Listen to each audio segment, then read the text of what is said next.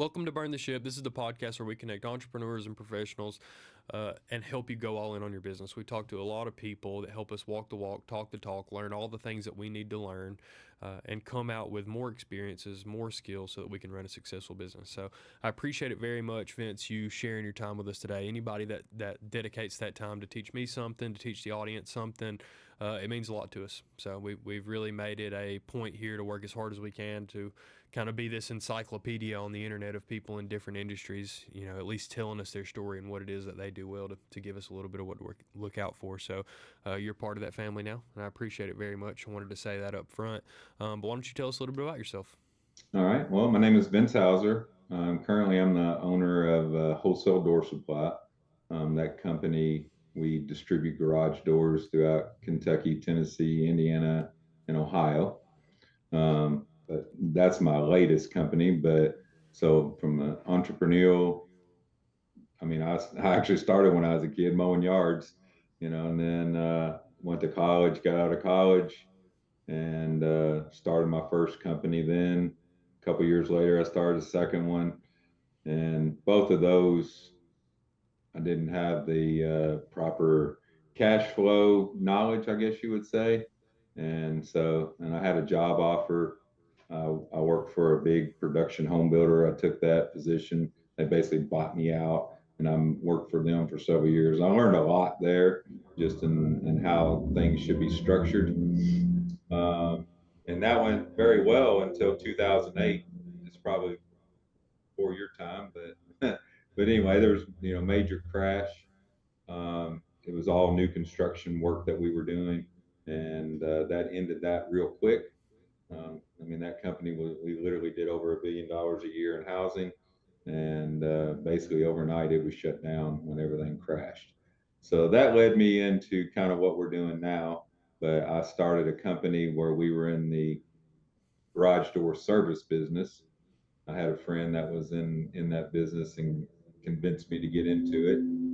So started that company in 2008, and for 10 years, we went, from just basically just me to we were doing about $1 million a year in revenue, and I was to the point, we were working.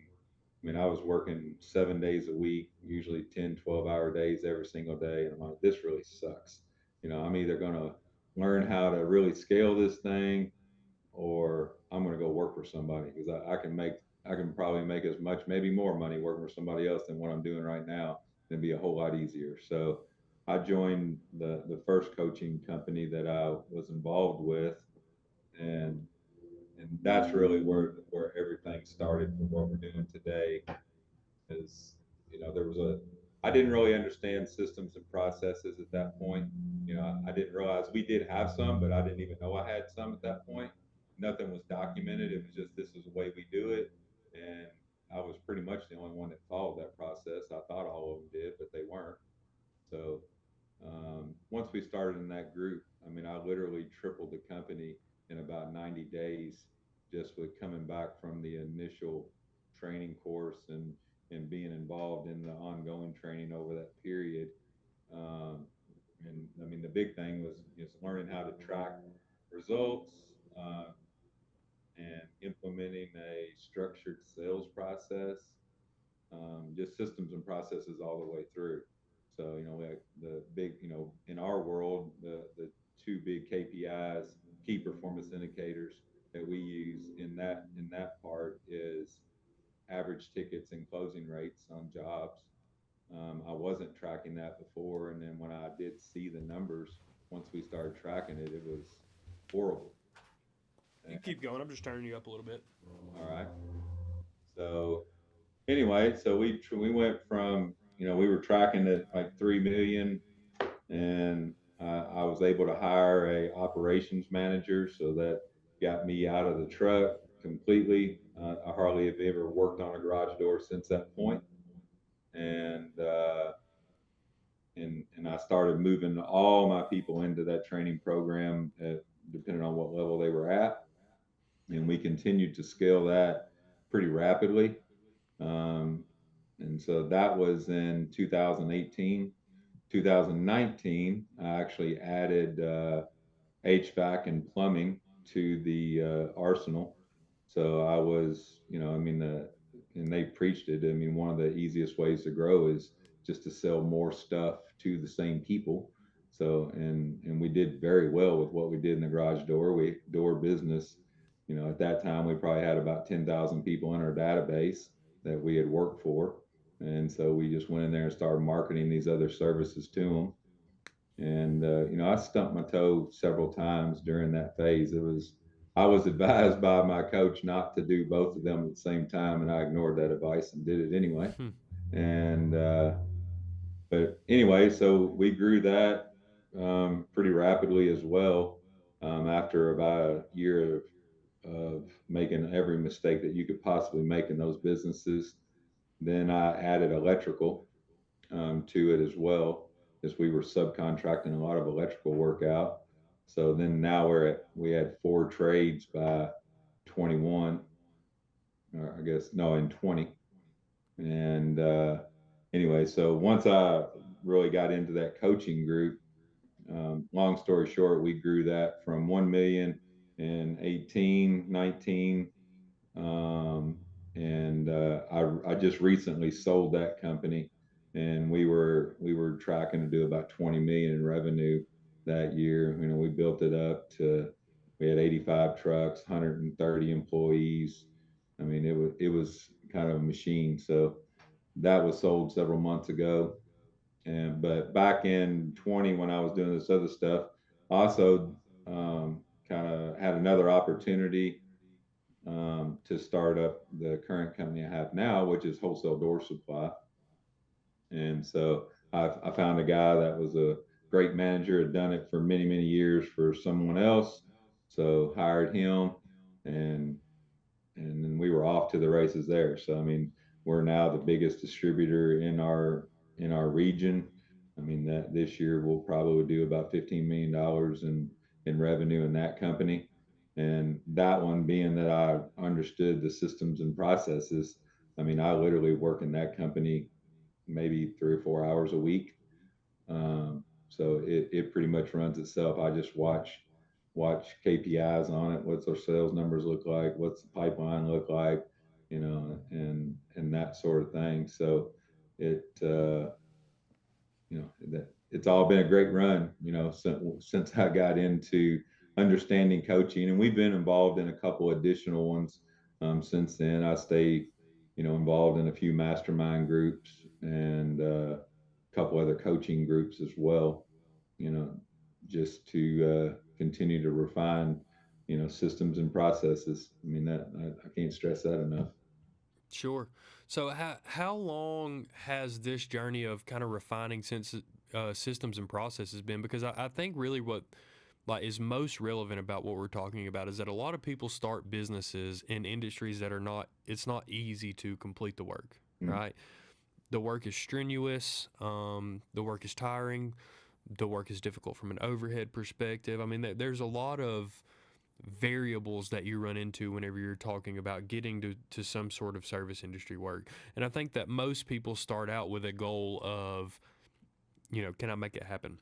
Can Mm. I do things with my own schedule? Can I do things on my own timing? Can I, schedule a job in a way where I can go to my kids' award ceremony as they graduate fourth grade? You know what? Whatever that thing is for you, people start out with I'm going to do work for myself as a way to support a certain way that they want to live, right? And I think that as your company grows, whether that is out of good fortune or hard work or whatever that catalyst may be for growth within your company, slowly your gaze begins to come to how can I scale this thing in a way where we can maximize the amount of profit and I can do the thing that's making me the most money, which is continuing to refine these systems and processes that are making our company work. So like when was that whole systems and processes idea first introduced to you, and how long until hey, scale and how can I maximize the efficiencies of these companies? Like how long did it take you to kind of get out of doing the work?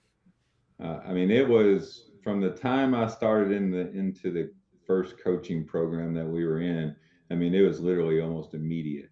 I mean, within a month, I was out of the truck because the very first thing that we did, and which will move the needle most in almost any company, is a really, really defined sales process.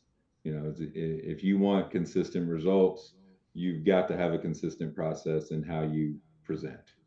And so I am like a huge, everything that we do in every company that I have now is revolves around checklists. And regardless of what level that they're at in the company, they all have defined checklists that they work off of. So in the sales process, I mean, depending on what trade, we'll just speak garage doors. They have, I believe we're at 42-point checklist. So when they go in, well, I'll step back. So the number one thing that most technicians in the service business, and it doesn't matter what trade it is, they want to be a fixer. So they walk into that house, customer says, "Hey, my door won't open." They walk into the garage and they look up and they go, "Yeah, it's a broken spring. It'll be $200 and I'll have it done in about 10 minutes." Well, you provided absolutely zero value whatsoever. You now completely commoditized yourself, and so you're not going to sell anything extra. And there's another 30, 40 parts on that door that you should have looked at. And if you see it while you're working on it, now the customer's just thinking, "Oh, well, he's just trying to upsell me stuff."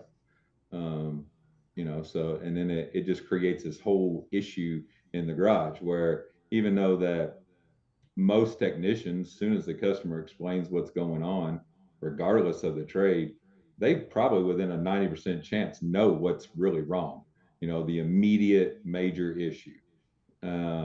But there's a lot of underlying stuff that is probably existing as well. So without those checklists, and we really we train and train and train, and do a lot of role playing on that training, in the office. Let's go through this checklist. I'm Mr. Jones. I'm the customer. You pitch it to me just like you would do in the house. And that was the number one needle mover. The second portion of that, once that process is implemented, is to basically post it. We want every guy to see where they're at, and that somewhat gamifies the system. Because no one wants to be at the bottom of the list. Um, I mean, we started out with a whiteboard and just literally took electrical tape and graphed it out, put the name, and then here's 3 or 4 different KPIs we're looking at, and and then we would rank them, how they did on the previous week, and no one wants to look at that board and see their name at the bottom. Uh, Right. Part of that as well. Like, so we establish, okay, this is the results that we want. So even when we were using the whiteboards, we use red and green markers. If we put your numbers up in red and everybody else had numbers were in green, I didn't really have to explain to you, that I'm not pleased with your performance because it's red. Right. So then they all want to be, above the line to where they're green, and it creates a little bit of pressure internally just from seeing that board, for them to perform. So those are the two biggest needle movers, just tracking those results and posting them, and then that consistent sales process. And then as we continue to grow, and added more managers, then there's also daily checklist and monthly checklist on things that they're supposed to do every single day to perform.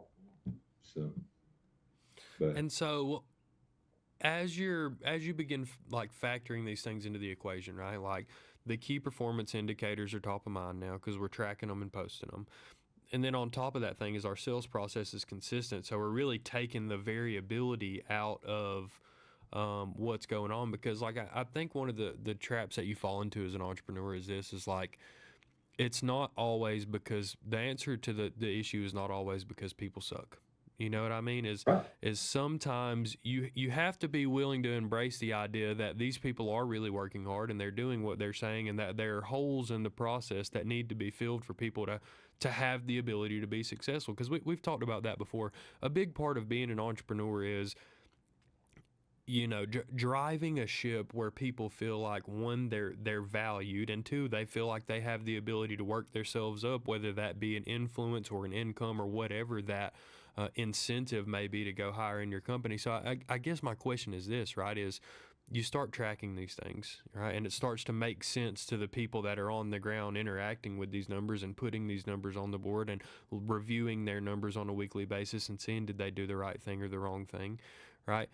And then what is my question, So, right? So is it bring more people on? How do you add fuel to the fire once you understand what you do well and what you're doing poorly? well, marketing is a that's the number one fuel. So, and every business owner, regardless of what level you're at, you should never leave marketing. I mean, I still have a full-time marketing person that stayed with me through through every company I have, and she's wonderful. But she handles most of almost everything to do with marketing. I mean, I steer it a little bit, but you have to stay involved in it, because I mean, if you don't have the leads, it doesn't matter what happens after that. Everybody will be sitting at home. So that's a big one. Another portion of it, just kind of go back on what you were alluding to in terms of hierarchy and is and when I first learned this, I thought it was kind of stupid until we did it, but is to create a vision statement of the company. So I created a here's the 5 year plan of what we're going to accomplish over the next 5 years, so that everybody in the company understands what my goal is and what their part is in that to achieve that. Another big one is organizational chart. And so, we created, or I created the organizational chart for that 5 year window. Now in most cases, if you're at year one into five, there's going to be the same name in a whole lot of boxes on that chart. But once you have that chart and established, now it doesn't matter if I start in at the lowest level apprentice. I now see the chart all the way up. Here's the next step. Here's the next step. Here's the next step. And so it lays out. If you truly want to move up in the company, this is where you have to go. These are the steps. These are the people that are there. This is how long it took them to get there. So that they can see that vision. Because in the biggest thing I was taught when we make those vision statements is, you know, your my vision has to be big enough to encompass every vision of everybody that's in the company, so that they fit in that vision. Yeah. And what are some of the, like, because with this the growth on steroids for small business, right? Like even more intentional growth than what a lot of people are thinking about when they're thinking about the word growing their business, right? What are some of the obstacles that you face with trying to implement these different facets of your business and organize your business in a way that is what is setting you up for success in the long run? But are there speed bumps along the road? Are there obstacles that So you have to overcome? Or the number one, and it's almost the same thing in every business, is cash flow. Because when that we doubled in size for, I believe, 3 4 years in a row. And so I mean, if you double in size one year, that there's a high likelihood that you, you basically are creating a whole brand new company every single year, when you add that many people, to the organization. So we spent a great deal on the onboarding side, because you want all of those new people to really understand, okay, where do we come from? How did this thing start? What are the core values of the company? Why do we do the things that we do? So, and all of that has to be scalable as well. early on, it was me literally talking one-on-one with those people. So in terms of a scalability, so I basically created, or I didn't, I had my marketing person create a website, and we made a bunch of videos. All the thing she made me make them, but but so all the things that we would spend time one on one, you do it in a video, and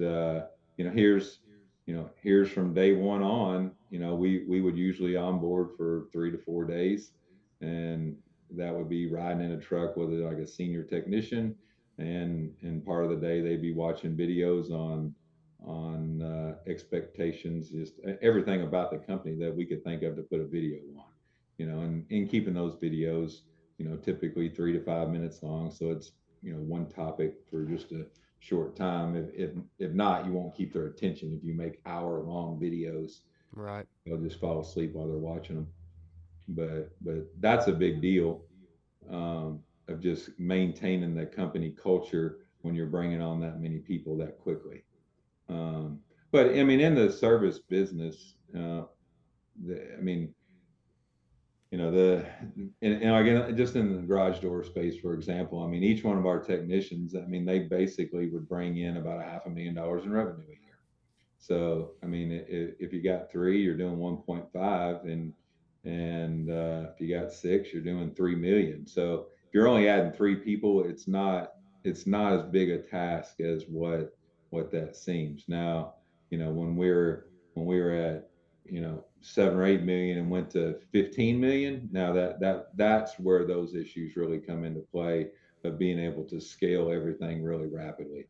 But at the first couple years, it really wasn't that big a task on the people side of it.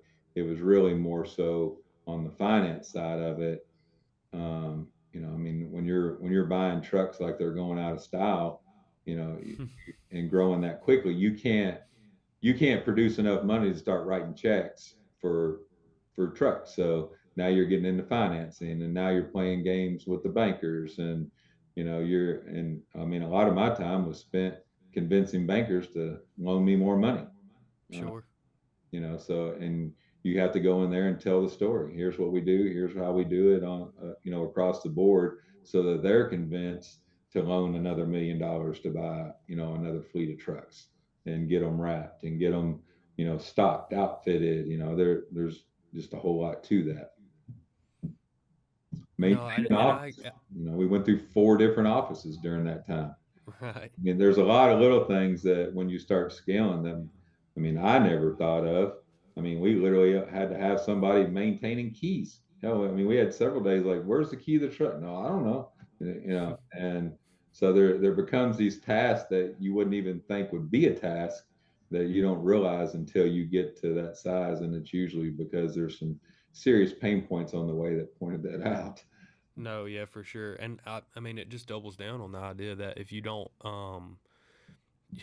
take the time and energy that it takes to figure out where you need to be in your own internal processes to make this whole ship work, all of those problems are multiplied. You know what I mean? They're amplified by a lot if you can't figure out exactly what you need to do to solve these these small things that you're having, kind of rear their head as you're growing. Like, it just means you need to double down on those systems and processes. And you said it earlier, it's like you guys are at like 42-point checklist as you're going through the work with a homeowner, right? Like, I think you kind of have to have that checklist as a business owner too. Like, there are going to be tasks and there are going to be responsibilities that you have to continue to allocate to people, because you just flat out didn't have enough of instance of that one thing happening to realize that it was going to be a problem later. So that it to me, that just concretes the idea that the more time and energy that you spend on your systems and processes, the easier it is to grow, right? Because that's what we're talking about, is making it easy to grow,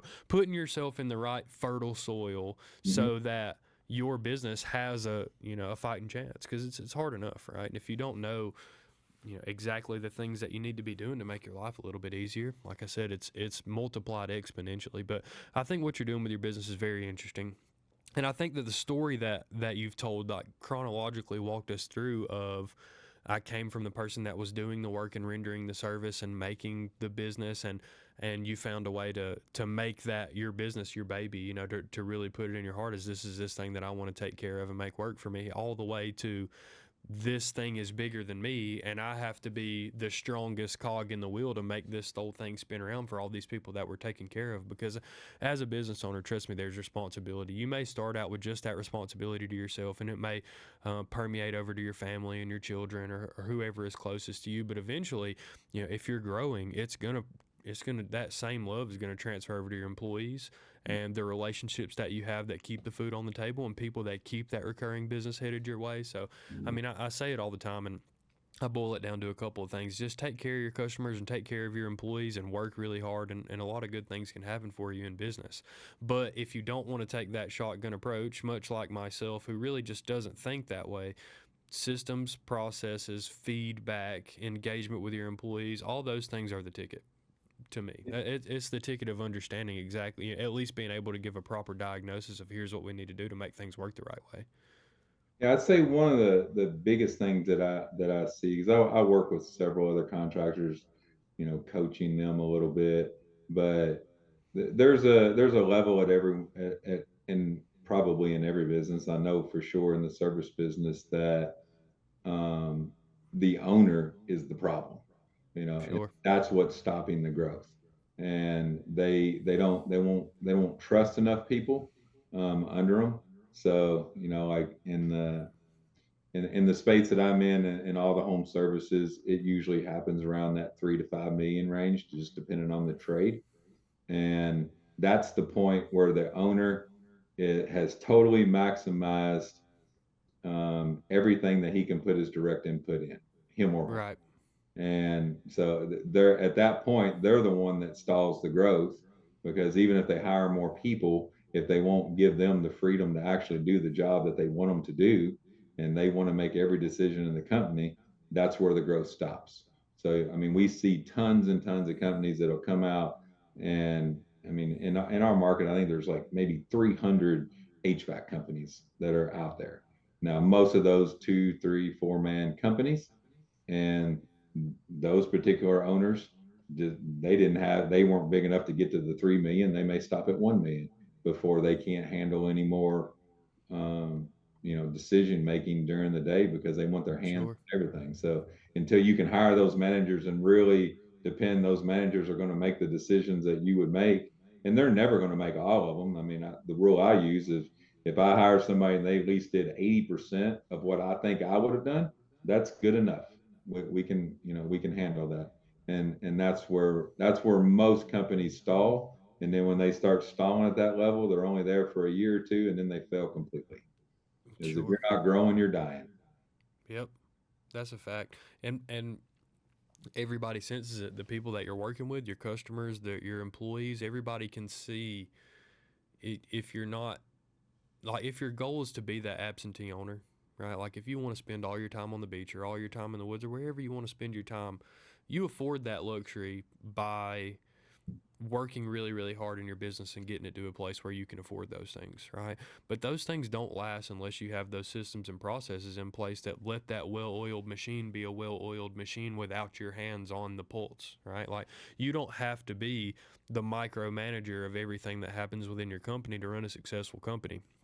I don't want anyone to think that, to misconstrue what I'm saying as you know, that being what I'm saying, because that's not the case at all. The reality is that if you're not making business easier on yourself, and it's probably getting harder, right?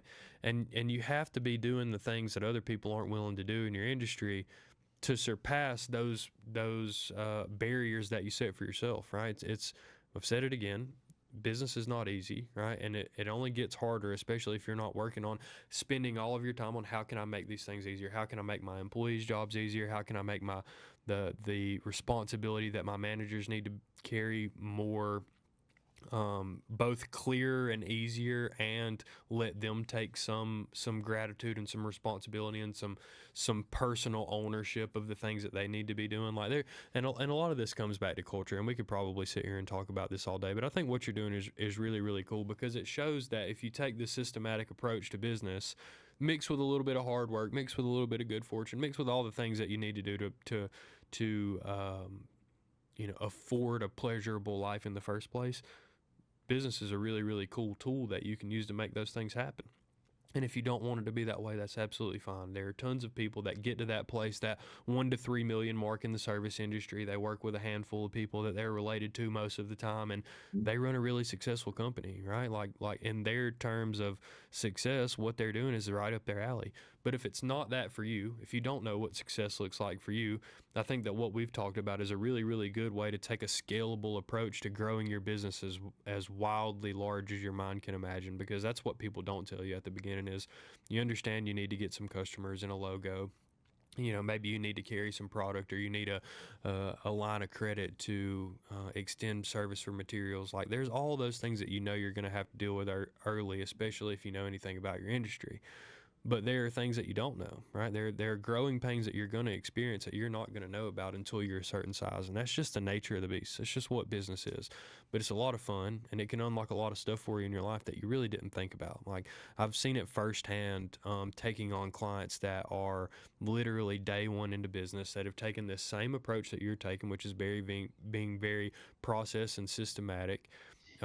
Especially in the franchise space. The franchise space is really a wonderful way to do that. If you don't know a lot about business, I would study some of the very successful franchises, but they've grown their business as large as they wanted to. Yeah. They've literally grown their business to exactly what they thought their goals would be early on, and they kept working really hard, and then here we are, right? It's like reality kind of sets in that this thing can be real. It can be as large as you want, and you have to work really, really hard at it. So I appreciate you coming on the podcast. It means a lot. How do people get a hold of you? If they want to buy something from you, if they want to be a customer of yours, how do people find you? Well, I can give you my cell number. It's 270-765-9363 is my cell. And my email is vince@wholesaledoorsupply.com. Either one of those, and I'm pretty Yep. available. Well, one thing that I didn't mention that I really think is key on the scaling side of it is to hire a coach. And there's every business has coaching organizations, and that was what when you start hitting those barriers. The first barrier is at 1 million, the second barrier is at roughly 5 million, then 10 million, then 15 million. And if you don't have somebody that can help guide you through those barriers at every point and look from it from an independent standpoint, because you get so tied into your day to day and don't realize this is Sure. the stupid stuff that I'm doing. And so that when I got into these coaching groups, I mean, we spent a lot of money, in those, but I mean, it was the best investment I ever made. I mean, and we're still involved in coaching groups to this day. And, I mean, but the size of our company is most people are like, oh my God, that's the greatest thing ever. But I still feel on a daily basis we're barely getting started in most of these. But if you don't have somebody that's either done it or understands and or coached other people through that all of those barriers become far more difficult without that coaching advice. So that I guess I can leave you with that. But No, that's yeah. me, that's game changer in every business. I mean, from day one, I think people should have a coach. I can agree with that.